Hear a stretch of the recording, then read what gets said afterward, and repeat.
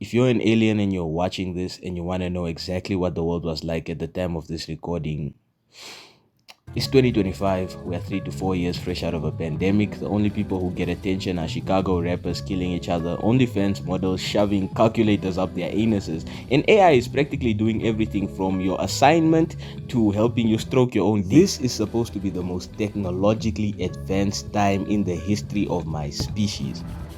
So my question is, why the fuck are we all depressed? Our ancestors literally used to draw porn. Like, don't Google that because what the fuck would your search history even look like? But these guys would draw sexual positions on the side of a cave and hope to God they can bust a nut at 1 frame per second before the sun comes down. So why do we have reports saying that statistically speaking, the youth is getting more depressed? Why do we have reports saying that people were happier in the past than they are now? The first thing you need to understand is that the olden days had a certain uniformity to what they call a fulfilled life.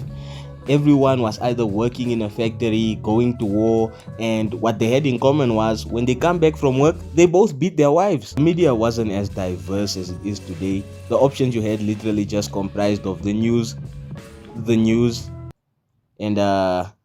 news. Nowadays you have 5 different fitness influencers telling you that if you are not shaving your balls in an equilateral manner, you are not doing the right thing and you are basically destined for failure.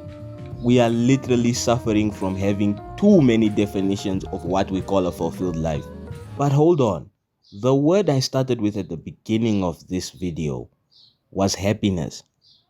Now I'm talking about fulfillment.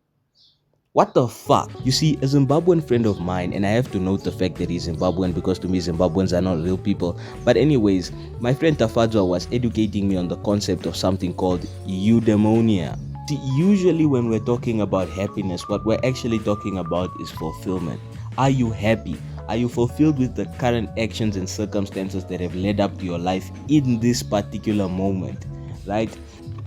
And then there's temporary happiness, otherwise known as euphoria. And no, not that show about kids who drink and do drugs and shove weird stuff up their butts. A very concerning factor about this generation is how easily accessible euphoria is.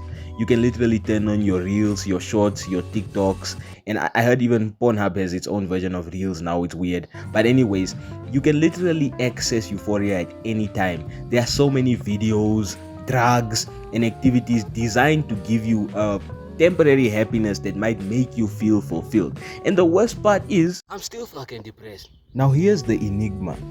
Remember how I was saying people in the olden days had a certain uniformity to what they consider a fulfilled life? Let me not make it seem like that solved the issue, because then why do we have old people in elderly homes saying that they wish they could restart their entire life and make decisions differently?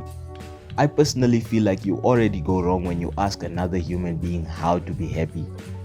And as the hive mind species we are, it is quite difficult to live your own life without kind of looking at the next person's test paper to make sure that the answers you're giving aren't bogus. But that's the thing I had to realize in my short 20 porn-filled years of my life. We are all writing a different exam. No one will actively admit it, but everyone is always kind of looking at what the next guy is doing to compare and make sure that they are living the standard life. I mean, think about it.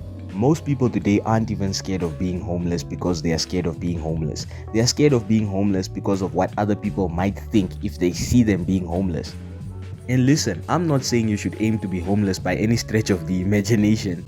But what I am saying is, if your idea of a fulfilled life is contingent upon what people think, you are always going to run into some issues because their life is not yours.